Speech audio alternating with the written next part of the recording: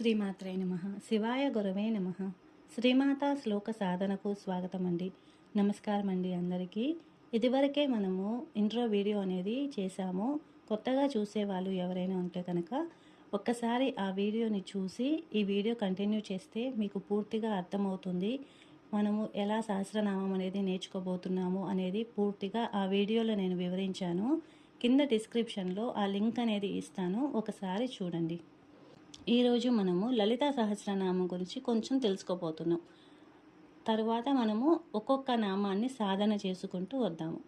లలితా సహస్రనామము ఇది ఒక స్తోత్రం మాత్రమే కాదు, శ్రీ విద్యకు హృదయం లాంటిది, శక్తి ఆరాధనకు మూలాధారం. కానీ ఈ మహాస్తోత్రం ఎక్కడ ఉపస్థితమై ఉంది, ఎలా మనకు చేరింది? ఈరోజు అదే దివ్య రహస్యాన్ని మనము తెలుసుకోబోతున్నాము. లలితాదేవిని స్తుతిస్తూ హిందువులు నిత్యం పఠించే అద్భుతమైన స్తోత్రమే లలితా సహస్రనామ స్తోత్రం. శక్తి ఆరాధనలోనూ శ్రీ విద్య సాధనలోనూ ఈ స్తోత్రానికి అత్యున్నత స్థానం ఉంది. ఈ స్తోత్రం పఠించడం వలన మనకు సకల శుభాలు కలుగుతాయని, ఆటంకాలు తొలగుతాయని, సిద్ధులు లభిస్తాయని, అంతిమంగా ముక్తి ప్రసాదించబడుతుందని ప్రగాఢంగా నమ్ముతారు.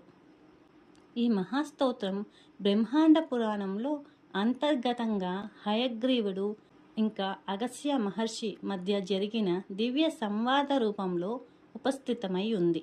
దేవి ఆజ్ఞానుసారం వసిని, కామేశ్వరి, అరుణ, విమల, జయిని, మేధిని, సర్వేశ్వరి, కౌలిని అనే వసిన్యాది వాగ్దేవతలు లలితా త్రిపుర సుందరిని స్తుతిస్తూ ఈ లలితా సహస్రనామ స్తోత్రాన్ని పఠించారని శాస్త్రాలు చెబుతున్నాయి మనకి. ఈ స్తోత్రంలో మంత్ర రహస్యాలు, సిద్ధి సాధన మార్గాలు, యోగ తత్వాలు అత్యంత సూక్ష్మంగా నిక్షిప్తమై ఉన్నాయని చెబుతున్నాయి. లలితాదేవిని మాత్రమే కాక దుర్గా, కాళీ, మహాలక్ష్మి, సరస్వతి, భగవతి వంటి దేవి రూపాల ఆరాధనలో కూడా ఈ స్తోత్రం పఠించబడుతుంది మనకి. పారాయణము, అర్చన, హోమం వంటి అనేక పూజా విధానాలలో లలితా సహస్రనామ స్తోత్రం ముఖ్యమైన స్థానంగా కలిగి ఉంది. మనము శాస్త్రపరంగా చూస్తే ఈ స్తోత్రము బ్రహ్మాండ పురాణములో ఉత్తరఖండంలో ఉన్న లలితోపాఖ్యానంలో వస్తుంది. పరంపరాగతంగా తమిళనాడులోని తిరుమియాచూర్ అనే ఆలయాన్ని ఈ స్తోత్రం జన్మస్థలంగా పరిగణిస్తారు.